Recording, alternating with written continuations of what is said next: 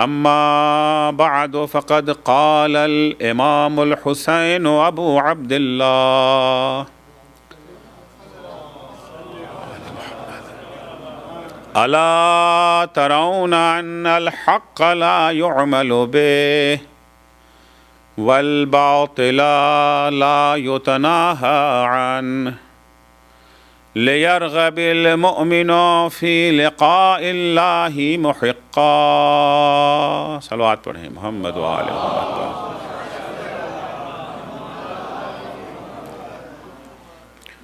عزیزان گرامی، سرکار سید الشہداء مقصد کربلا کو بیان کرتے ہوئے کہ میں نے کیوں نانا کا دیار چھوڑا، میں نے کیوں سفر کی صعوبتیں برداشت کی، کیوں اپنا پورا کنبہ کربلا میں قربان کر دیا، اور کیوں میں نے سب سے بڑی مصیبت بہن زینب کی اسیری کو قبول کر لیا. ان سب کی وجہ بیان کرتے ہیں اور ہماری ذمہ داریوں کا بھی اسی میں تذکرہ کر دیا کہ ہم جو حسین کے چاہنے والے ہیں، ہم جو حسین کے ماتمدار ہیں، ہم جو حسین کے عزادار ہیں، کہ اپنا عیش و آرام چھوڑ کر کے حسین کو یاد کرنے کے لیے یہاں اکٹھا ہو گئے.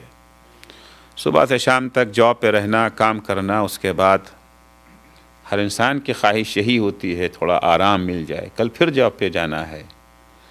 اپنے آرام کو چھوڑ کر کے ہم یہاں جو اکٹھا ہو گئے، ہماری ذمہ داری کیا ہے، اسی جملے میں مولا نے اسے بھی بیان کر دیا. فرماتے ہیں کہ میرا مقصد کربلا حق کو زندہ کرنا اور باطل کو نیست و نابود کرنا ہے. حق کو پھیلانا ہے اور باطل کی روک تھام کرنا ہے. الا ترون ان الحق لا يعمل به. کیا تم حالات زمانہ کو دیکھ نہیں رہے ہو؟ حالات کتنے بدل گئے ہیں، حق پر عمل نہیں ہو رہا ہے. والباطل لا يتناهى عنه. باطل جولانی دے رہا ہے، اسے کوئی روکنے والا نہیں ہے. یہ وہ مرحلہ ہے کہ امام ہی نہیں، ہر مومن کی ذمہ داری ہے کہ لِيَرْغِبِ الْمُؤْمِنُ فِي لِقَاءِ اللَّهِ مُحِقًّا. ہر مومن کی ذمہ داری ہے کہ ایسے حالات میں میدان میں کود پڑے، چاہے اس کے لیے اپنی زندگی کی قیمت ہی کیوں نہ چکانا پڑے.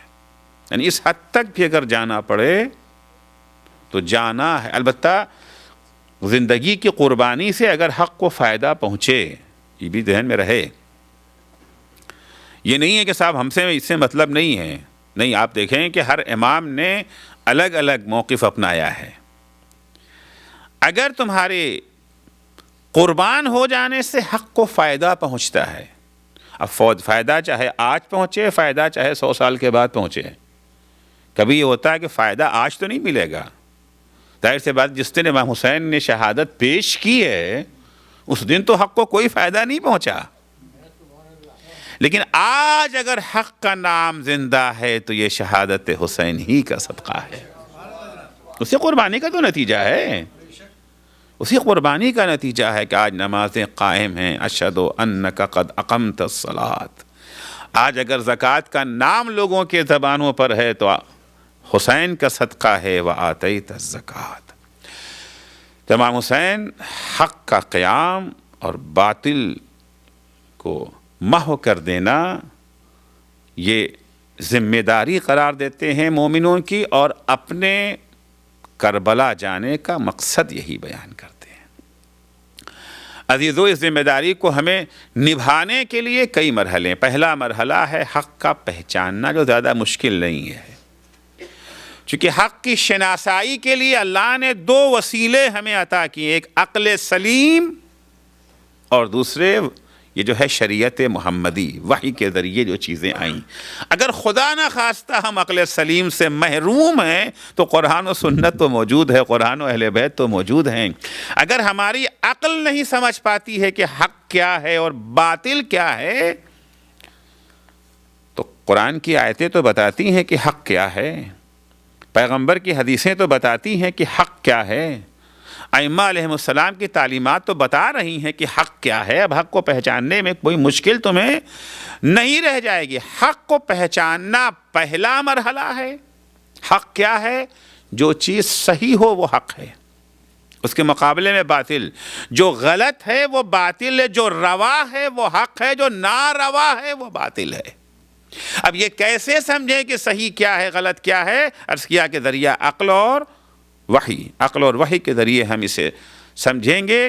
تو پہلا مرحلہ طے کرنا زیادہ مشکل نہیں ہے، اس سے مشکل مرحلہ ہے حق کو قبول کرنا۔ پہچان تو بہت سے لوگوں نے لیا تھا، جانتے تھے کہ یہ حق ہے، جتنا بہتر حق کو اس زمانے کے لوگ سمجھتے تھے، جو علی کے مقابلے میں آ گئے تھے، جو حسین کے مقابلے میں آئے تھے، تو کون ان سے بہتر سمجھ سکتا ہے؟ معاویہ حق کو نہیں پہچانتا تھا۔ معاویہ علی کا سب سے بڑا دشمن۔ ایک دفعہ معاویہ کے پاس ایک شخص آتا ہے، چاپلوسی کرنا چاہتا ہے، کچھ پیسے چاہیے اس کو معاویہ سے، کہتا ہے کہ میں دنیا کے کنجوس ترین انسان کو چھوڑ کر کے دنیا کے سخی ترین انسان کے پاس آیا ہوں۔ کبھی انسان ایسا جھوٹ بولتا ہے، ایسی چاپلوسی کرتا ہے کہ جس کی چاپلوسی ہو رہی ہے اس کی سمجھ میں بھی کچھ نہیں آتا۔ معاویہ نے کہا کس کو چھوڑ کے کس کے پاس آیا ہے؟ کہا علی کو چھوڑ کے تمہارے پاس آیا ہوں۔ کہا کمبخت ایسا جھوٹ بول جو کوئی قبول بھی کر سکے۔ علی اور بخل، علی اس سخی کا نام ہے کہ اگر رات کے اندھیرے میں سونے کا پہاڑ علی کے حوالے کر دیا جائے، صبح ہونے سے پہلے جب تک علی پورا سونا مستحقوں میں غریبوں میں تقسیم نہ کر دے، علی بستر پر سونے کے لیے نہیں جانے والا۔ یہ کس کا بیان ہے؟ یہ کس کا بیان ہے؟ یہ کسی دوست علی کا بیان نہیں ہے، بدترین دشمن ہے معاویہ۔ تو پہچاننا حق کا زیادہ مشکل نہیں ہے، اس سے مشکل ہے حق کا قبول کرنا، اور اس سے مشکل ہے حق کا اظہار کرنا، اور اس سے مشکل ہے حق پر عمل کرنا، اور اس سے مشکل ہے حق پر باقی رہ جانا۔ 5 مرحلے ہیں۔ پہلا مرحلہ ہے حق کی شناسائی، پہچان لینا حق کو۔ دوسرا مرحلہ حق کو قبول کر لینا۔ تیسرا مرحلہ حق کا اظہار زبان سے۔ بہت سے لوگ حق علی کو جانتے تھے مگر اظہار نہیں کرتے تھے۔ کتنے لوگ آئے جب مولا پیغمبر کی یہ جو ہے رحلت کے بعد حق علی جب غصب کر لیا گیا، امیر المومنین ایک ایک صحابی کے گھر گئے تھے نا، ایک ایک انصاری کے گھر، ایک ایک مہاجر کے گھر گئے تھے، حسنین کو ساتھ لے جاتے تھے۔ بعض روایتوں میں ہے کہ بی بی فاطمہ زہرا سلام اللہ علیہا کو بھی ساتھ لے جاتے تھے۔ کیا تم غدیر میں نہیں تھے؟ کیا تم نے پیغمبر سے حدیث نہیں سنی ہے؟ سنی تو ہے۔ تو کل میں نے عرض کیا تھا نا کہ پیغمبر نے حدیث غدیر بیان کرنے کے لیے بڑا اہتمام کیا تھا۔ کسی بھی خطبے کے موقع پر پیغمبر نے نہیں کہا تھا الا تسمعون، آواز پہنچ رہی ہے، سن رہے ہو، سوائے غدیر کے موقع پر، تاکہ یہ بہانہ کوئی نہ کر سکے کہ ہم دور کھڑے تھے، ہم نہیں سن سکے۔ پورا اہتمام تھا پیغمبر کا۔ ایک ایک کے گھر گئے ہیں، ہاں ہے تو چلو پھر اظہار کرو، گواہی دو۔ نہیں علی، اب حالات سازگار نہیں ہیں اس وقت۔ حق تو ہے آپ کا، اعتراف ہے، مگر وہاں جا کے گواہی دیں۔ تو حق کو پہچاننا ایک مشکل، اس سے زیادہ مشکل حق کو قبول کر لینا، اس سے زیادہ مشکل ہے حق کا اظہار، اور اس سے زیادہ مشکل ہے حق پر عمل کرنا۔ کتنے افراد ہیں جو حق کا اظہار کرتے ہیں، کتنے خطباء ہیں، کتنے شعراء ہیں جو حق علی کا اظہار تو کرتے ہیں، لیکن جب حق علی ادا کرنے کی باری آتی ہے، آپ بے شمار شعراء کے کلام اٹھا کے دیکھ، کتنے اہل سنت کے شعراء ہیں، کتنے ہندو شعراء ہیں۔ اصل کلام دیکھ کے لگتا ہی نہیں ہے کہ یہ آدمی ہندو ہوگا، کلام دیکھ کے لگتا ہی نہیں ہے کہ یہ آدمی شیعہ نہیں ہے، لیکن نہیں ہے شیعہ۔ امام شافعی، کل میں نے امام احمد حنبل کا تذکرہ کیا تھا نا، امام شافعی آج کروڑوں افراد ان کے پیرو ہیں، انڈونیشیا، ملیشیا، کردستان کا علاقہ، غزہ، یہ سب امام شافعی کے ماننے والے، شافعی المذہب ہیں، کروڑوں افراد ہیں۔ امام شافعی نے حق کو پہچانا بھی، حق کو مانا بھی، حق کا اظہار بھی کیا، لیکن مرحلے عمل میں جب آئے تو حق کو قبول نہیں کیا، عمل کے مرحلے میں نہیں آئے۔ کیا اظہار ہے حق کا؟ شعراء کرام بھی یہاں بیٹھے ہوئے ہیں، ارزش کلام شافعی، ایک یہ جو ہے رباعی ان کی صرف 4 مصرے، رباعی کہہ لیجیے، قطع کہہ لیجیے، جو بھی کہہ لیجیے، اسے فرماتے ہیں علیون حبہ جنہ۔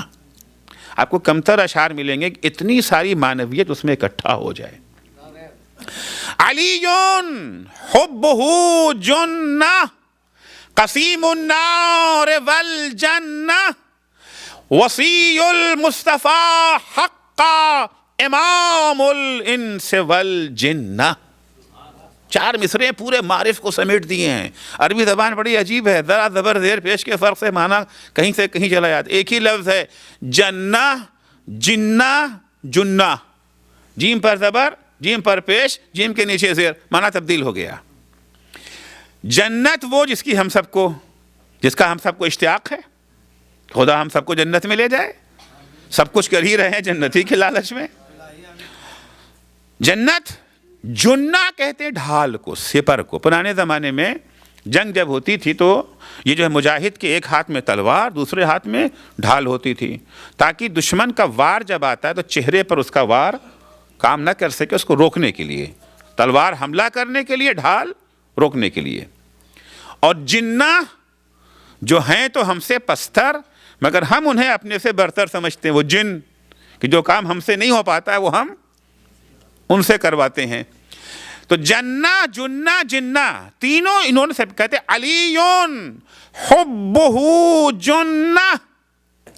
علی اس ہستی کا نام ہے جس کی محبت آتش جہنم کے مقابلے میں ڈھال ہے۔ جس کے ہاتھ میں یہ ڈھال آ گئی، اب اسے آتش جہنم اس پر اثر نہیں کر سکتی ہے۔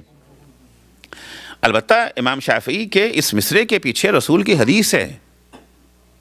حدیث رسول یہ فقط شاعرانہ خیال نہیں ہے، حدیث رسول ہے، پیغمبر کی حدیث ہے۔ یا علی، خطاب کر کے ہے، حب علی یأکل الذنوب کما تأکل النار الحطب۔ جہنم میں کون جائے گا؟ جس نے یہ جو ہے گناہ کیا ہے وہ تو جہنم میں جائے گا نا۔ جس نے زندگی میں گناہ نہیں ہے وہ جہنم میں کیوں جائے گا؟ تو جہنم میں وہ جاتا ہے جس نے گناہ، جس کے یہاں گناہ ہے۔ پیغمبر فرماتے ہیں حب علی یأکل الذنوب کما تأکل النار الحطب۔ جہاں علی کی محبت آ جائے وہاں گناہ آئے گا ہی نہیں۔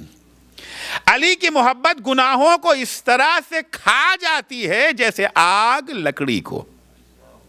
کیا یہ ممکن ہے کہ کسی لکڑی میں آگ لگ جائے اور وہ لکڑی باقی رہے؟ ہے اس بات کا امکان؟ آگ کے قریب لکڑی آئی نہیں کہ جل کے خاکستر ہو گئی۔ البتہ جلنے میں فرق ہو سکتا ہے۔ اگر لکڑی جو ہے یہ سوکھی ہے اور تنکے جیسی ہے تو منٹوں میں، سیکنڈوں میں جل کے خاکستر ہو جائے گی، لیکن اگر لکڑی جو ہے ایک بڑا سا کندہ ہے اور وہ بھی گیلی ہے، اس میں آگ لگی، جلے گی، مگر جلنے میں وقت لگے گا، ٹائم لگے گا، ممکن ہے منٹ، گھنٹے، ہفتے، دن لگ جائیں، مہینے لگ جائیں، مگر جلے گی۔ یہ ناممکن ہے کہ آگ لگ جائے اور لکڑی نہ جلے۔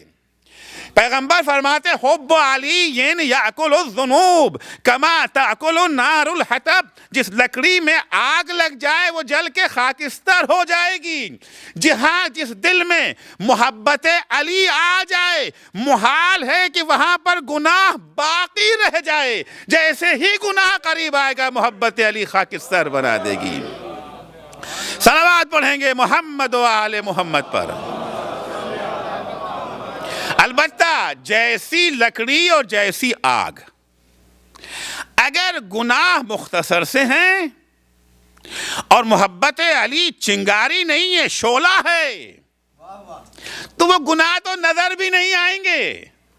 جیسے ہی قریب آئے جل کے خاکستر، لیکن اگر معاملہ الٹا ہے، محبت علی چنگاری کی شکل میں ہے اور گناہ موٹے کندے کی شکل میں ہے، تو گناہ کو دور ہوتے ہوئے ٹائم لگے گا، لیکن ایک زمانہ ضرور آئے گا جب علی کا چاہنے والا گناہوں سے پاک و پاکیزہ توبہ کر کے اس دنیا سے جائے گا۔ تو حب علی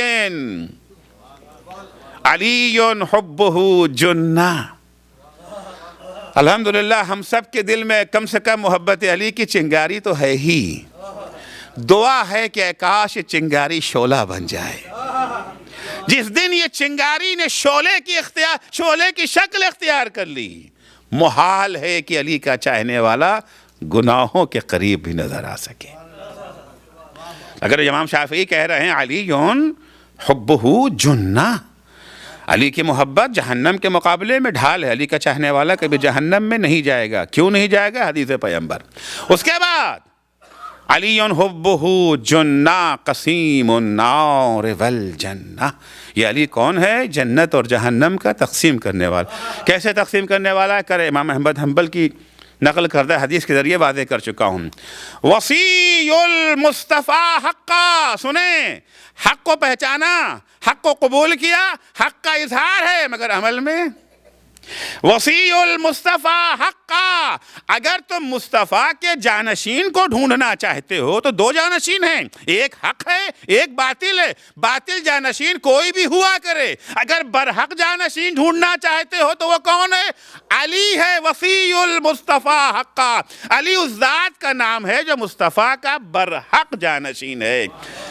ارے امام الانس والجنہ، انسان ہی کیا یہ تو جناتوں کا بھی امام ہے۔ ایک صلوات پڑھیں گے محمد آل محمد پر۔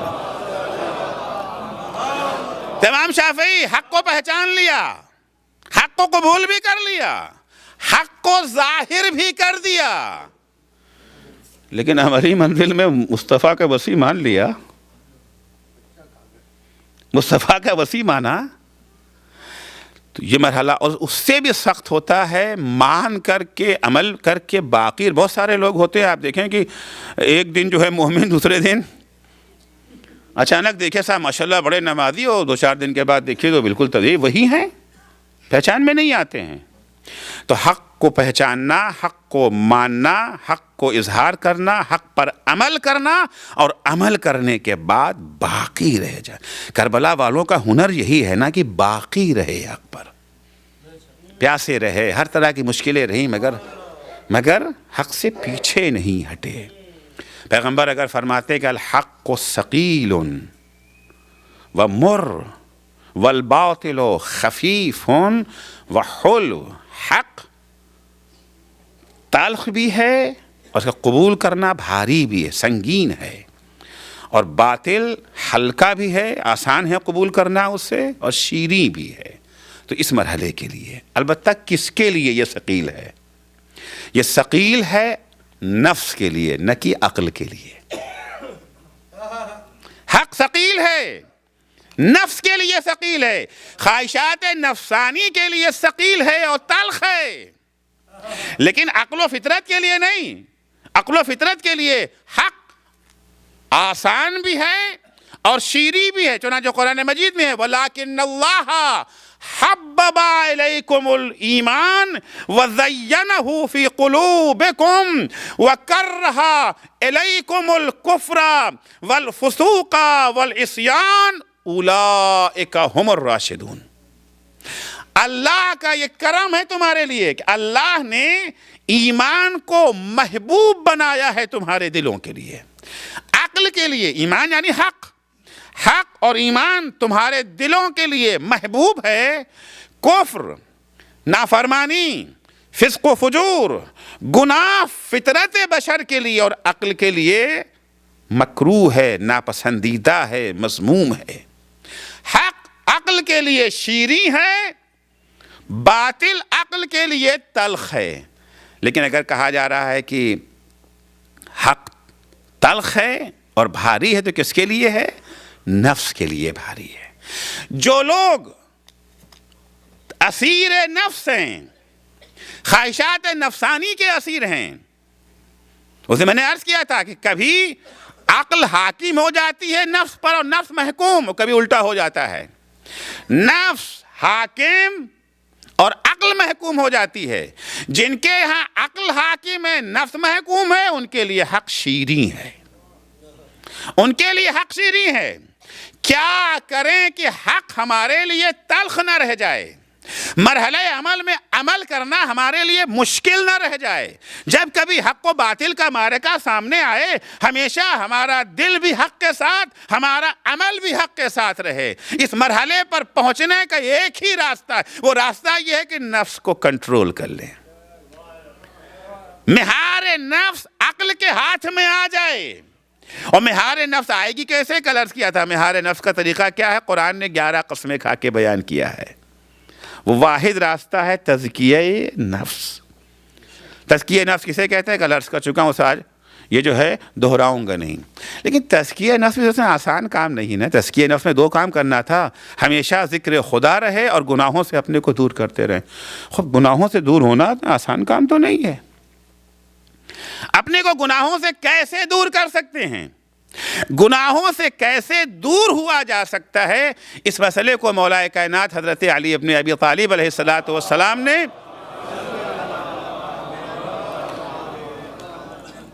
اپنی ایک حدیث میں بیان فرمایا۔ مولا فرماتے ہیں الحق کلہ ثقیل، پھر وہی بات کہ حق ثقیل ہے، الحق کلہ ثقیل، حق سارے کا سارا، کوئی بھی حق ہو، حق چاہے قرآن کی شکل میں ہو، حق چاہے حکم شریعت کی شکل میں ہو، حق چاہے اہل بیت کی شکل میں ہو، کسی بھی شکل میں ہو، چاہے قرآن کی شکل میں حق ہو یا اہل بیت کی شکل میں حق ہو۔ نہ قرآن کو قبول کرنا آسان ہے، نہ اہل بیت کو قبول کرنا آسان ہے۔ قد یخفف اللہ،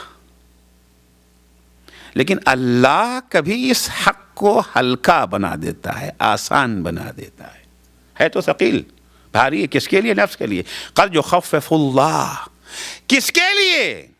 قد یخفف اللہ علی الذین یطلبون العاقبہ، یا علی طالب العاقبہ، ان لوگوں پر اللہ حق کو آسان بنا دیتا ہے جو آخرت کے طلبگار ہیں۔ تو حق بھاری ہے قبول کرنا، مشکل ہے حق پہ عمل کرنا۔ کہا جاتا ہے صاحب وہ فلاں خوبصورت عورت چلی جا رہی ہے، اس حالت میں آپ نگاہیں مت ڈالیے اس کی طرف، آسان تھوڑی ہے۔ فلاں جگہ دعوت گناہ مل رہی ہے، یوسف بننا کوئی آسان کام تھوڑی ہے، دعوت گناہ ہے۔ بعض دفعہ کہہ دیا تھا جوانی دیوانی، بہرحال اب جوان ہے تو جوان تو اگر بھٹک بھی گئے تو کوئی بات نہیں ہے، نہیں، یہ اسلامی تعلیمات کے خلاف ہے یہ جملہ۔ اتفاقاً جوانی کی ذمہ داریاں زیادہ ہیں، جوانی کی ذمہ داریاں زیادہ ہیں۔ چنانچہ پیغمبر اسلام صلی اللہ علیہ وآلہ وسلم جناب ابو ذر کو خطاب کر کے ایک جملہ کہتے ہیں، یا ابا ذر لا يزول قدم العبد یوم القیامہ حتی یسأل عن 4۔ اے ابو ذر، قیامت کے دن کسی بندے کے قدم اس وقت تک آگے نہیں بڑھ سکتے ہیں جب تک 4 چیزوں کا وہ جواب نہ دے لے۔ پہلے 4 چیزوں کا جواب دو تو آگے بڑھنا۔ اب ظاہر سے قیامت کے حالات تو معلوم ہے نا، کہ زمین جل رہی ہوگی، کھوپڑی گرمی سے کھول رہی ہوگی، غضب کی شدت کی پیاس ہوگی، اور سامنے وہ حوض کوثر بہہ رہا ہے، تو ہر آدمی دوڑے گا نا اس طرف، ہر آدمی بھاگے گا، دوڑے گا، سارا آرام وہاں، ساری تکلیفیں یہاں پر ہیں، یہاں کون رکے گا؟ ہر آدمی بھاگنا چاہے گا، رکو، گیٹ بند، نہیں جا سکتے ابھی، 4 چیزوں کا جواب دو پھر آگے بڑھو، اگر جواب صحیح رہا تو آگے، ورنہ راستہ کسی اور طرف۔ کیا ہے وہ 4 چیزیں؟ لا يزول قدم العبد یوم القیامہ حتی یسأل عن 4، ان 4 چیزوں کا جواب لے کے جائیے گا وہاں، ان 4 چیزوں کا جواب لیے بغیر مت جائیے گا۔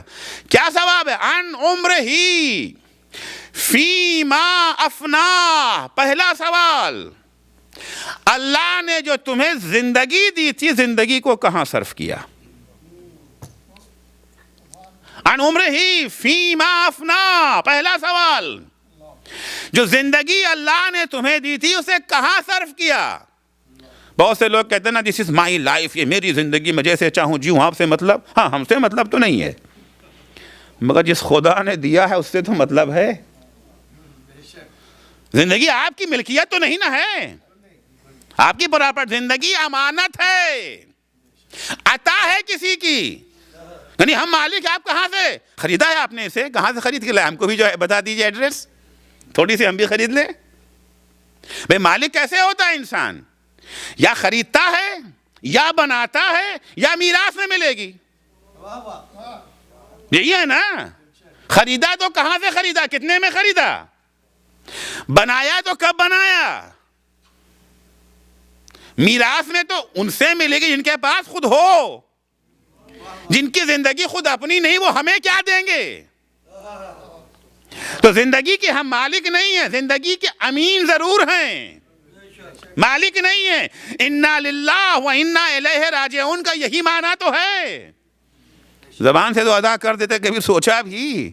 انا للہ، ہم اللہ کی ملکیت ہیں، ہم اللہ کی پراپرٹی ہیں، اس نے ہمیں بطور امانت دیا ہے، وَإِنَّا إِلَيْهِ رَاجِعُونَ، اور ایک دن اسے ہینڈ اوور کرنا ہے،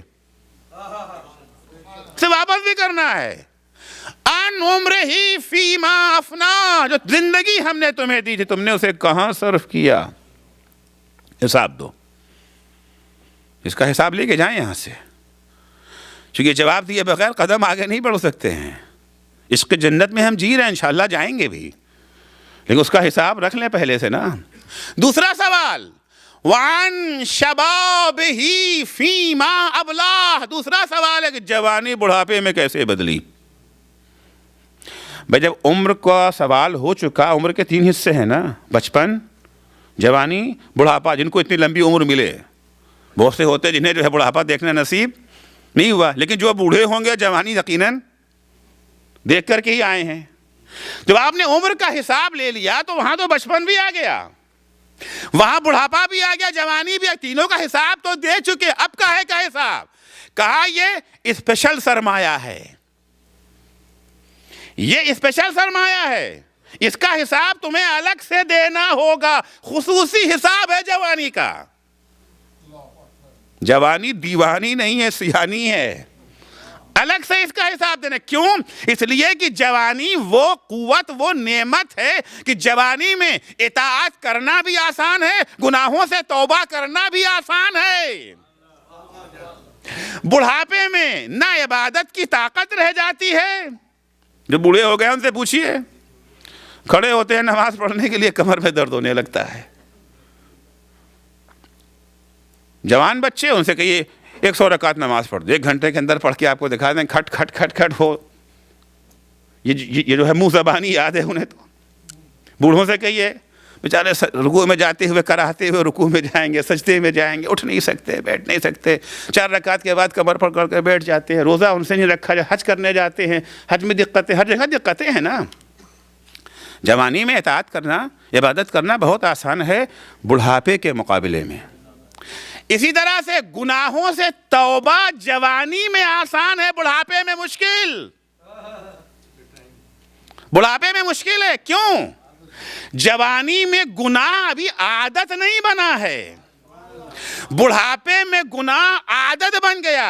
پہلا سگریٹ کا کش لیا ہے، چھوڑنا آسان ہے نا، لیکن جب عادت پڑ گئی، ڈاکٹر کہہ رہا ہے، خود بھی مانتے ہیں سب چیزوں کے، مت کیا کرے، چھوٹتا نہیں ہے، یہ ہے نا۔ تو عادت ہے، بڑھاپے پہنچتے پہنچتے پھر عادت ہے، غیبت کرنے کی عادت ہو گئی ہے، اس کے بغیر کھانا ہضم نہیں ہوتا ہے، کھانا ہضم نہیں ہوتا ہے۔ نامحرموں کی طرف دیکھنا، یہ جو ہے فسق و فجور میں غرق رہنے کی عادت ہو گئی ہے، سکت نہیں رہ گئی ہے، مگر عادت تو باقی ہے۔ رہنے دو ابھی ساغر و مینا، ہے نا، یہ عادت ہو گئی ہے۔ جوانی میں توبہ کرنا آسان ہے، یہ اسپیشل کیپیٹل ہے جو اللہ نے دیا ہے، لہذا اس کا حساب الگ سے ہوگا۔ ارے بوڑھا گناہ کرتا تو کرتا، تم نے کیوں کیا؟ تمہارے اندر تو طاقت تھی چھوڑ دینے کی، تم تو توبہ کر سکتے تھے، وہ نہیں کر سکا، اس کی عادت بن گئی تھا، پتہ چھوڑا وہ بھی نہیں جائے گا. لیکن عن شبابہ فیما ابلا، یہ جوانی بڑھاپے میں کیسے بدلی، کیا کیا، جوانی کس چیز میں تم نے صرف کیا. وعن مالہ من این اکتسبہ وفی من فقہ. تیسرا سوال یہ ہوگا، بہت سا مال اکٹھا کر لیا نا، بڑے مالدار آدمی، بڑے قابل تعریف ہوتے ہمارے ویل، جو مالدار ہو جائے تو کیا کہنا، سارے عزت کا دار و مدار، عقل کا دار و مدار بھی تو مال ہی پر ہے. غریب کے پاس تو عقل بھی نہیں ہوتی ہے، اور مالدار کی ہر احمقانہ بات ہے. کیا بات ہے، غریب کا بچہ اگر کچھ کرتا ہے بہت شریر ہے، بہت کمینہ ہے، اور امیر کا بچہ بڑا ذہین بچہ ہے، ان کی ساری شرارت جو ہے وہ ذہانت کے کھاتے میں لکھ دی جاتی ہے. تو ہمارے ہاں تو ہر چیز کا دار و مدار مال ہی ہے نا، دولت جس کے پاس ہے. غریب آ کے وہاں بیٹھ گیا تو کوئی نہیں پوچھے گا کہ آگے آئیے. اور ایک کوئی بڑے سیٹھ صاحب آ گئے جو فرض کیجیے سینٹر کو $1,00,000 $2,00,000 چندہ دے سکتے ہیں، آپ بھی کہیں گے ہم بھی ممبر سے ادھر آئیے. ہم بھی ہے نا، وہ شاید یہ جو ہے نجم افندی کا غالباً وہ شعر ہے کہ آ جائے اگر بزم میں ایک صاحب ثروت، تعظیم کو اٹھتا ہے امامہ بھی قبا بھی. آ جائے اگر صورت، تعظیم کا کیا ذکر ہے، پہلو بھی نہ بدلیں، آ جائے اگر صورت مفلس میں خدا بھی. آ جائے اگر صورت مفلس میں خدا بھی. تو ہمارے ہاں تو ہر چیز کا دور و مدار دولت پہ ہے. مطلب اسلام میں نہیں ہے، اسلام میں نہیں ہے. اسلام اس کے بالکل برعکس ہے. 8ویں امام رضا علیہ السلام فرماتے من تواضع غنیا لغنا فقد ذهب ثلثا دینہ. اگر کوئی کسی دولت مند، ثروت مند، مالدار کا احترام کرتا ہے اس کے مال کی وجہ سے، مال کی وجہ سے. ثروت مند دولت مند کا احترام منع نہیں ہے. دولت مند بھی ہے، شاعر اہل بیت بھی ہے، دولت مند بھی ہے، متقی و پرہیزگار بھی ہے، دولت مند بھی ہے، خدمت گزار خلق بھی ہے، دولت مند بھی ہے، عالم و دانشور بھی ہے، عالم باعمل ہے، دولت مند بھی ہے. اس کا احترام کر رہے ہیں علم کی وجہ سے، احترام کر رہے ہیں تقوی کی وجہ سے، احترام کر رہے ہیں مدح اہل بیت کی وجہ سے، احترام کر رہے ہیں خدمت گزاری خلق کی بنا پر، نہ کی دولت کی بنا پر. اگر کوئی کسی مالدار کا احترام کرتا ہے، عزت کرتا ہے، انکساری سے اس کے سامنے پیش آتا ہے اس کی دولت کی بنا پر، امام فرماتے اس کا 2/3 دین چلا گیا. تو دولت ہمارے ہاں معیار نہیں ہے. دولت اچھی چیز ہے، دولت مال کو ہمارے ہاں بری نگاہوں سے نہیں دیکھا گیا ہے. بہت توازن ہے اسلام کے اندر. حتی حدیث ہے کہ لا خیر فی من لا یحب جمع المال. جو انسان مال حاصل نہیں کرنا چاہتا اس میں کوئی بھلائی نہیں ہے. یہ نہیں کہا گیا کاہل کی طرح بیٹھے رہو گھر کے اندر کہ جی ہم تو بڑے مومن آدمی ہیں، بڑے متقی زاہد آدمی ہیں، ہم نہ کاروبار کریں گے، نہ جاب کریں گے، نہ بزنس کریں گے، کچھ نہیں کریں گے، بس ہم نہیں. مال جمع کرنے کوئی لمٹ بھی نہیں ہے کتنا جمع کریں، لیکن جمع کریں حلال طریقے سے جمع کریں، اور جمع کریں ذخیرہ اندوزی کے لیے نہیں. صرف اپنے لیے مت کماؤ، اپنے لیے بھی کماؤ، اپنے سماج کے لیے بھی کماؤ.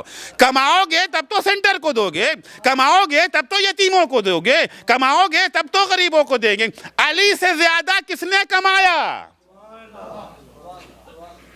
آپ مولا کائنات کی تاریخ کو اٹھا کر کے دیکھیں، جہاں مولا کو فرصت ملی، موقع مل گیا. 25 سالہ دور وہ تھا جہاں علی کو سماجی ذمہ داریوں سے تقریباً کنارے لگا دیا گیا تھا. جس ذمہ داریوں میں علی کو مصروف ہونا چاہیے تھا اسے الگ کر دیا گیا. اب نہ علی کے علم سے کوئی یہ جو ہے فیضیاب ہو رہا ہے. وہ وقت ہے امیر المومنین کے پاس، وقت ہے، کام کرنا شروع کر دیا، باغات کا لگانا شروع کر. علی یہ جو ہے زمین شناس تھے. مدینہ کے باہر کی زمینیں یہ جو ہے بنجر پڑی ہوئی تھی. کیوں؟ پانی نہیں تھا. علی زمین شناس سے جانتے تھے کہاں پانی ہے، جانتے تھے کہاں پانی ہے. وہاں کنواں کھودا، پانی نکل آیا. اس کے بعد باغات کا لگانا شروع کیا. جتنے باغات مولا نے لگائے اس کا حساب جو کیا گیا $1 بلین. ان باغات موقوفات علی موجود ہیں نا، کتابوں میں موجود ہیں، علی نے کتنے وقف کیے ہیں. یہ وقف کہاں سے، یہ مال کہاں سے علی کے پاس آیا تھا؟ وہ جو انہوں نے اپنے زور بازو سے کمایا تھا. کتنے کنویں علی نے کھودے تھے، کنویں کی قیمت لگائی. کتنے باغ، ایک باغ مولا کا وہ تھا، موقوفات علی میں ہے، ایک باغ وہ تھا جس میں 48 ٹن کھجور ہوا کرتی تھی. پیڑوں کی تعداد لکھی ہے نا، ہر پیڑ میں اندازہ لگا لے کتنی کھجور ہو سکتی ہے، تخمینہ لگا کر کے جو تخمینہ نکالا گیا، ایک باغ میں 48 ٹن کھجور، یعنی 48,000 کلو. ایک کلو کھجور $2 کی بھی اگر رکھ لیں تو $96,000 تو ایک باغ کی آمدنی ہے. اگر علی کے گھر میں فاقہ ہوتا تھا تو اس لیے نہیں کہ اعوذ باللہ علی کاہل تھے، علی کے پاس پیسہ نہیں تھا، نہیں، علی کماتے تھے مگر کما کے اسے فقراء پہ وقف کر دیتے تھے. ادھر کنواں کھودا، پانی نکلا، وقف علی العوام. ادھر باغ تیار ہوا، وقف علی العوام. علی نے اپنے لیے کچھ رکھا نہیں، کہ خود نہج البلاغہ میں ہے نا، ما نلت لی من الارض شبرا، میں نے اپنے لیے ایک بالش زمین بھی حاصل نہیں کی. الا وان امامکم قد اکتفی من دنیاکم بالتمرہ، الا وان امامکم اکتفی من دنیاکم بالتمرہ ومن طعمکم بقرصہ. تمہارے امام نے پوری دنیا کے مال میں سے 2 بوسیدہ کپڑے لیے ہیں اور سارے کھانوں میں سے 2 روٹیاں لی ہیں. کمایا، اتنا کمایا. تو کمانا برا نہیں ہے، مال مذموم نہیں ہے اسلام میں، لیکن کس طرح سے کمانا ہے، کس لیے کمانا ہے. ایک دفعہ دولت اکٹھا کر کے سانپ کی طرح کنڈلی مار کے بیٹھ گئے ہے تو کسی کو دیکھنے کی بھی اجازت نہیں ہے، وہ ہے مذموم. پہلا سوال. تیسرا سوال، یہ مال کہاں سے لائے اور کہاں خرچ کیا؟ من این اکتسبہ وفی من انفقہ، کہاں سے لائے اور کہاں پر خرچ کیا، اس کا سوال کیا جائے گا. دنیا میں بھی کبھی کبھی سوال ہوتا ہے کہاں سے لائے، مگر کہاں خرچ کیا گیا اس سے بحث نہیں ہوتی ہے، مگر وہاں پر دونوں سوال ہے. یہ 3 سوال ہو گئے. چوتھا سوال، وَأَنْ حُبِّنَا أَهْلِ الْبَيْتِ كَيْفَ عَمِلَ بِهِ، ہم اہل بیت کی محبت کے بارے میں سوال ہوگا. اللہ نے یہ عظیم نعمت تمہیں دی تھی، اس نعمت کے ساتھ تم نے برتاؤ کیا کیا؟ جنہیں اہل بیت کی محبت میسر نہیں ہے وہ اگر بے عملی کی زندگی بسر کرے تو کوئی تعجب کی بات نہیں ہے، لیکن جو محبت اہل بیت سے مالا مال ہے، محبت اہل بیت کی دولت ملنے کے باوجود اگر تم گناہ کی وادی میں چلے گئے، تم سے تو امید نہیں تھی. ایک بچہ جو ہے جاہل گنوار خاندان میں پلا بڑھا ہے، ایک گناہ کرتا ہے، ایک دفعہ کسی آیت اللہ کا بچہ وہی کام کرتا ہے، تو تم سے تو امید نہیں تھی. ان حبنا اہل البیت، حب اہل بیت نعمت ہے نا، ہر نعمت کا سوال ہوتا ہے، اس کا بھی سوال ہوگا کہ محبت اہل بیت سے تم نے حاصل کیا، تمہاری زندگی کس طرح سے بسر ہوئی. تو عرض کیا کہ جوانی ایک اسپیشل سرمایہ ہے، ایک مخصوص سرمایہ ہے جوانی کا. یہ نہ کہا جائے کہ صاحب جوانی دیوانی جو کچھ ہوا سو ہوا. تو 4 سوالوں کا جواب جب تک انسان دے نہیں لیتا ہے، زندگی خدا کی دی ہوئی زندگی ہے، زندگی کا وہاں پہ ہمیں پورا اس چیز کا حساب دینا ہے. زندگی خدا نے کس لیے دی تھی؟ قد یخفف اللہ کبھی حق کو آسان بنا دیتا ہے. کس کے لیے؟ علی طالب العاقبہ، جنہیں عاقبت کی فکر ہوتی ہے، جو طالب عاقبت ہوتے ہیں. کچھ وہ ہے جو فقط طالب دنیا غافل ہیں آخرت سے. جو آخرت سے غافل ہیں یعنی ان کی عقل ان کے نفس پر حاکم نہیں ہوئی ہے، انہوں نے نفس کو آزاد چھوڑ دیا کہ چمنزار طبیعت میں جتنا چاہو چرو، کوئی پابندی ہی نہیں ہے. لیکن مولا فرماتے ہیں اگر حق کو چاہتے ہو کہ عملی زندگی میں حق تمہارے لیے آسان بن جائے، سبک بن جائے، حق کا قبول کرنا شیریں بن جائے، تو آخرت کے طلبگار بنو دنیا کے مقابلے میں. وَصَبَّرُوا نُفُوسَهُمْ، حق ثقیل ہے لیکن خفیف ہو جاتا ہے کب؟ جب طالب آخرت ہوتے ہیں. طالب آخرت ہوں گے تو اپنے نفس کو لگام لگائیں گے. ایک صبرو ہے، ایک صبرو ہے. صبرو صبر کرنا، صبرو یہ جو ہے کنٹرول کرنا، لگام لگانا. ایک وحشی گھوڑا ہے نا، اسے رام کرنے کے لیے ایک مضبوط لگام چاہیے. صبروا نفوسہم ووثقوا بموعد اللہ. اور یہ لگام لگانا نفس کا آسان اس وقت بن جاتا ہے جب خدا کے وعدے پر یقین ہو. کون سا؟ ووثقوا بموعد اللہ. اللہ نے جو وعدہ کیا ہے ان لوگوں سے جنہوں نے نفس کو لگام لگا لیا ہے. اگر اس وعدے پر بھروسہ ہے، یقین ہے. اللہ نے کیا وعدہ کیا ہے؟ وقت میرا ختم ہو گیا ہے، اجازت سے آپ لوگوں کی میں 2-4 منٹ تاکہ حدیث کو پورا کر لوں ورنہ ادھوری بات رہ جائے گی. وَوَثِقُوا بِمَوْعُودِ اللَّهِ لِمَنْ صَبَرَ وَاحْتَسَبَ. جو اللہ کے اس وعدے پر یقین رکھتے ہیں جو اللہ نے ان لوگوں سے کیا ہے جو اپنے نفس کو لگام لگا لیتے ہیں، جن کی عقل ان کے نفسوں پر حاکم ہو جاتی ہے. وہ اللہ کا وعدہ کیا ہے؟ قرآن میں کئی وعدے، میں فقط 2 وعدے کی طرف اشارہ کر کے بات کو ختم کروں گا. وعد اللہ المؤمنین والمؤمنات جنات تجری من تحتها الانہار خالدین فیہا ومساکن طیبۃ فی جنات عدن ورضوان من اللہ اکبر ذالک هو الفوز المبین. قرآن نے وعدہ کس سے وعدہ کیا؟ ان لوگوں سے وعدہ کیا جو اپنے نفس کو قابو میں، جو نفس کو قابو میں کر لے وہی تو مومن ہے. مومن کون؟ مومن وہ جس نے نفس کو قابو، جس کی عقل اس کے نفس پر حاکم ہو گئی ہے، وہ مومن ہے. اللہ نے ان مومنوں سے اور مومنات سے وعدہ کیا ہے. کیا وعدہ کیا ہے؟ انہیں ایسی عظیم جنت دیں گے. تم آرام اور آسائش کے طلبگار ہو نا، تمہیں ہم ایسا آرام دیں گے جس کو تم سوچ بھی نہیں سکتے ہو. خالدین فیہا، اور ایسی نعمت دیں گے تم سے کبھی چھنے گی نہیں. عزیزو، نعمت کا مل جانا کافی نہیں ہے، اس کا باقی رہنا بھی بہت ضروری ہے. نعمت نہیں ملتی ہے، تکلیف ہوتی ہے، اگر مل کے چھن جائے تو اور تکلیف ہوتی ہے. خالدین فیہا ومساکن طیبۃ فی جنات عدن، بہترین مسکن تمہیں دیں گے، ہمیشہ باقی رہنے والی جنت میں تمہیں دیں گے. البتہ کچھ وہ ہوتے ہیں جن کے لیے انعام کیا ہوتا ہے؟ بچے جب ہوتے ہیں نا، پڑھتے رہتے ہیں، ماں باپ تشویق کرتے، بیٹا اگر تم نے اتنا نمبر لے لیا تمہیں بائک دلائیں گے، تمہیں کار دلائیں گے، تمہیں گھڑی دلائیں گے، تمہیں کمپیوٹر دلائیں گے، تمہیں لیپ ٹاپ دلائیں گے. کچھ بچوں کے لیے لیپ ٹاپ اہم ہے، کچھ بچوں کے لیے ماں باپ کی خوشنودی اہم ہے.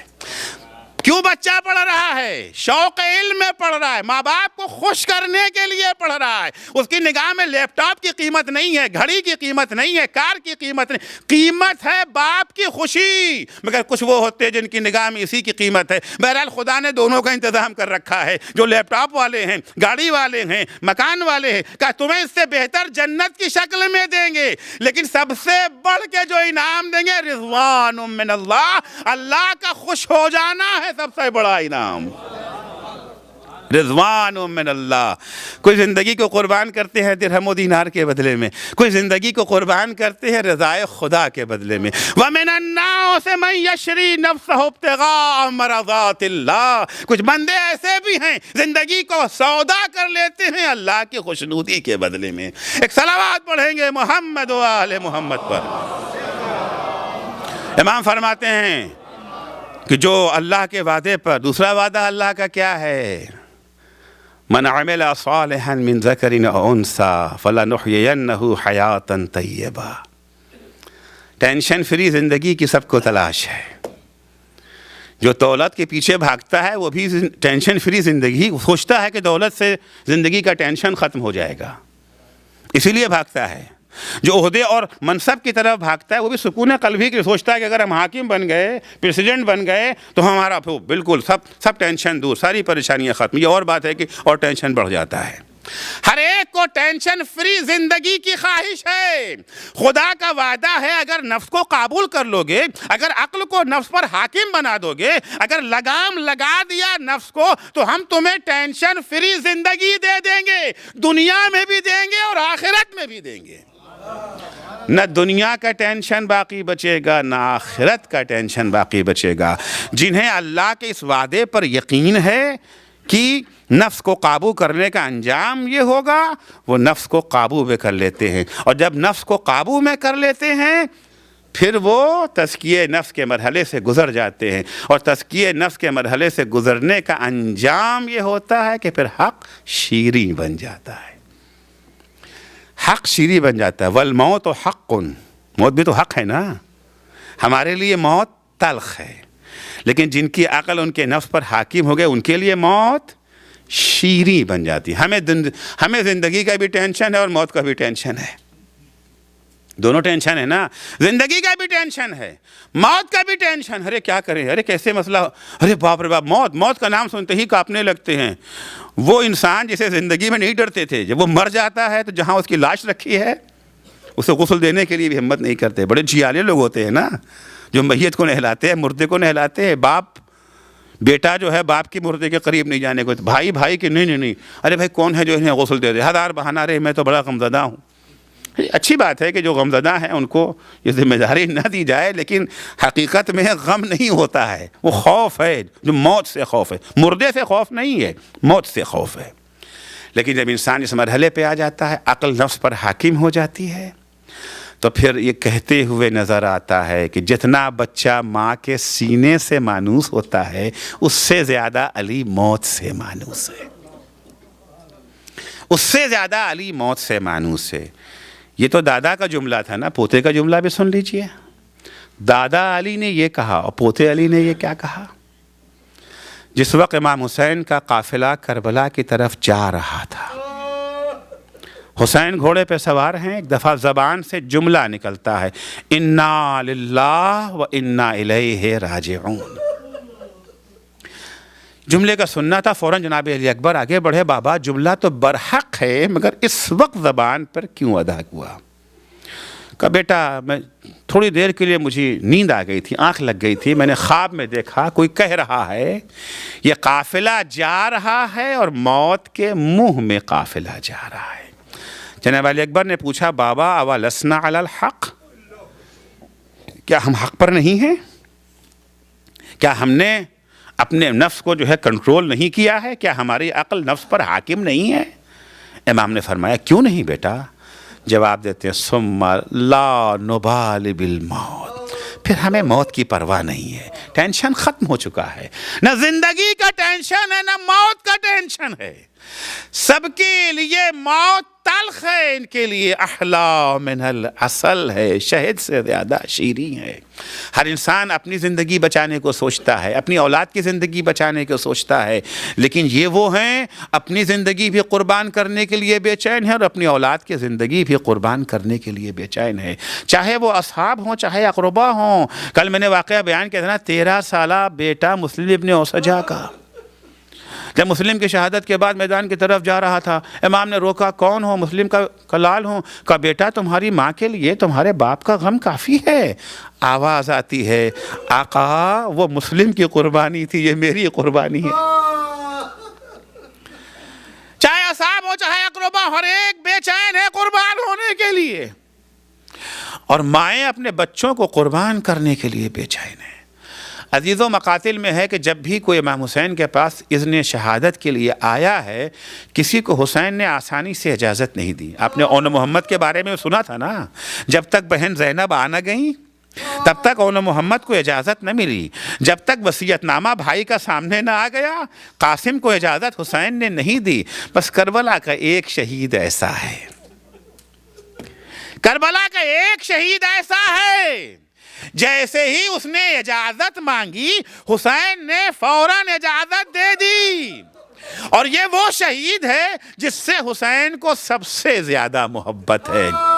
آپ کے ذہن پہنچ گئے نا، وہ حسین کا کڑیل جوان بیٹا علی اکبر ہے۔ آخر دوہری محبت ہے نا حسین کو علی اکبر سے، ایک تو جوان بیٹا ہے، دوسرے نانا کی شبیہ ہے۔ جب کبھی نانا کی زیارت کا شوق ہوتا تھا علی اکبر کو دیکھ لیا کرتے تھے۔ لیکن مقتل کا جملہ ہے کہ جیسے ہی علی اکبر آئے ہیں اجازت کے لیے، استاذنا فاذنا، جیسے ہی اجازت مانگی حسین نے فوراً اجازت دے دی، جاؤ میرے لال جاؤ، خدا حافظ۔ لیکن بیٹا جانے سے پہلے پھوپھی سے رخصت ہو لے گا۔ اس نے پھوپھی ہی نے تمہیں پالا ہے نا، 18 سال کی پھوپھی کی محنت ہو، ان سے رخصت ہو لو۔ جناب علی اکبر رخصت کے لیے خیمے میں آئے، جیسے ہی بیویوں کو پتہ چلا کہ علی اکبر بھی میدان میں جا رہے ہیں، ساری بیویاں تمام خیموں سے نکل کے ایک خیمے میں اکٹھا ہو گئی جہاں علی اکبر تھے۔ آگے بیویوں نے علی اکبر کو گھیر لیا، یا علی ارحم علی غربتنا، اے علی اکبر کچھ تو ہماری بے کسی پر رحم کرو، تم بھی میدان میں جا رہے ہو۔ ایک دفعہ علی اکبر نے کہا بیویوں تمہیں اپنی بے کسی کا خیال ہے، لیکن ہائے میرے بابا کی بے کسی، میرا بابا بھی تو تنہا رہ گیا ہے۔ بیویوں نے کہا علی اکبر پھر ہم تمہیں نہیں روکتے۔ یہ آواز جب جناب زینب کے کان میں پہنچی، آئی زینب کا بیٹا کیا کہا، مرنے جا رہے ہو کیا؟ پھوپھی نے 18 برس تمہیں اسی دن کے لیے پالا تھا۔ جناب علی اکبر نے کہا پھوپھی اماں اگر آپ اجازت نہ دیں گی تو اکبر میدان میں نہ جائے گا، مگر پھوپھی اماں بس ایک بات یاد رکھیے، اگر محشر کے دن دادی فاطمہ نے یہ سوال کر لیا زینب یہ بتا تجھے علی اکبر زیادہ عزیز تھا یا حسین، تو دادی کو کیا جواب دیجئے گا؟ یہ سنتے ہی زینب نے کہا جاؤ بیٹا خدا حافظ۔ علی اکبر جب خیمے سے باہر نکلنا چاہتے، بیویوں نے کہا علی اکبر رک جاؤ، ایک ہماری درخواست ہے، ایک خواہش ہے۔ کہا وہ خواہش کیا ہے؟ کہا ہم حلقہ بنا کے کھڑے ہو جاتے ہیں، تم ہمارے درمیان سے گزر جاؤ۔ بیویوں نے حلقہ بنایا، علی اکبر بیویوں کے درمیان سے اس طرح سے گزرے ہیں جیسے کسی بھرے گھر سے کسی جوان کا جنازہ اٹھتا ہو۔ حمید بن مسلم کہتا جب علی اکبر خیمے سے نکلنا چاہتے تھے، کبھی خیمے کا پردہ اٹھتا تھا، کبھی خیمے کا پردہ گرتا تھا۔ جب میں نے وجہ معلوم کی تو پتہ چلا جب علی اکبر نکلنا چاہتے ہیں پیچھے سے کوئی علی اکبر کے دامن کا کرتا پکڑ کے کھینچ لیتا ہے۔ ارے یہ کون ہے جو علی اکبر کا کرتے کا دامن پکڑ رہا ہے؟ پھوپھی تو اجازت دے چکی ہے، بیویاں تو رخصت کر چکی ہیں۔ اے عزیزو اگر کوئی بڑا ہوتا تو علی اکبر کے شانے کو پکڑتا، کرتے کا دامن نہ کھینچتا۔ کہیں ایسا تو نہیں ہے جب علی اکبر نکلنا چاہتے ہیں چھوٹی بہن سکینہ علی اکبر کے کرتے کا دامن پہ، اے بھیا علی اکبر بہن کو کس کے سہارے چھوڑے جا رہے ہو؟ اجرکم اللہ۔ علی اکبر خیمے سے باہر نکلے، رخصت ہو کر کے علی اکبر آ چکے ہیں۔ حسین نے اپنے جوان لال کو گھوڑے پہ سوار کیا۔ عزیزو دیکھنا چاہتے ہیں کتنی محبت علی اکبر سے حسین کو ہے۔ وہ جملہ کہا ہے جو کسی شہید کے جاتے وقت نہیں کہا، ایک دفعہ دونوں ہاتھوں کو اٹھا لیا، اللہم شہد علی ہؤلاء القوم قد برز الیہ غلامون، پالنے والے گواہ رہنا اس جوان کو بھیج رہا ہوں جو تیرے نبی سے صورت اور سیرت میں بڑا شبیہ تھا۔ علی اکبر میدان میں چلے، تھوڑے ہی دور علی اکبر گئے تھے کہ پیچھے سے کسی کے زمین پر گرنے کی آواز کان میں آئی۔ اب جو پلٹ کے دیکھا تو کیا دیکھا؟ ارے بوڑھا باپ کمر پکڑے ہوئے زمین کربلا پہ بیٹھا ہے۔ اے بابا آپ تو اجازت دے چکے پھر کیوں چلے آ رہے ہیں؟ عجب جواب دیا حسین نے، میرے لال اگر صاحب اولاد ہوتے تمہیں باپ کے دل کا حال پتہ چل جاتا۔ بیٹا جاؤ میں روکتا نہیں ہوں، لیکن بیٹا دیکھو جب تک سامنا رہے پلٹ پلٹ کے اپنی زیارت کراتے رہنا۔ علی اکبر میدان میں آئے، ایک موقع وہ بھی آیا جب کربلا کے میدان سے ایک آواز بلند ہوئی، یا بتا علیکہ منی السلام، بابا علی اکبر کا آخری سلام قبول ہو۔ حسین کے زبان پہ مرثیہ آ گیا، یا بنی علی الدنیا بعدک العفاف، میرے لال تیرے بعد دنیا میری نگاہوں میں اندھیری ہو گئی ہے۔ ارے عباس کے مرنے سے کمر ٹوٹ چکی تھی، علی اکبر کی شہادت نے آنکھوں کی روشنی بھی چھین لیا۔ حسین چلے آواز کی طرف، یا علی کے نعرے بلند کرتے جا رہے ہیں۔ کس علی کو پکار رہے ہیں؟ اپنے بابا علی کو پکار رہے ہیں کہ بابا بڑی مشکل کا وقت ہے، ارے آنکھوں کی بصارت بھی کم ہو چکی ہے، بیٹے کے جنازے پہ جانا ہے، یا اپنے جوان علی کو پکار رہے ہیں، بیٹا کچھ سجھائی نہیں دے رہا ہے، آواز دو تاکہ آواز کے سہارے تمہارے تک پہنچ سکیں۔ اے مولا. علی اکبر سے آواز دینے کو مت کہیے. جب آواز دیں گے، جب پکاریں گے تو سینے پہ زور پڑے گا. مولا علی اکبر کے سینے میں برچھی لگی ہوئی ہے. الا لعنت اللہ علی قوم الظالمین. وَسَيَعْلَمُ الَّذِينَ ظَلَمُوا أَيَّ مُنْقَلَبٍ يَنْقَلِبُونَ. ماتم حسین.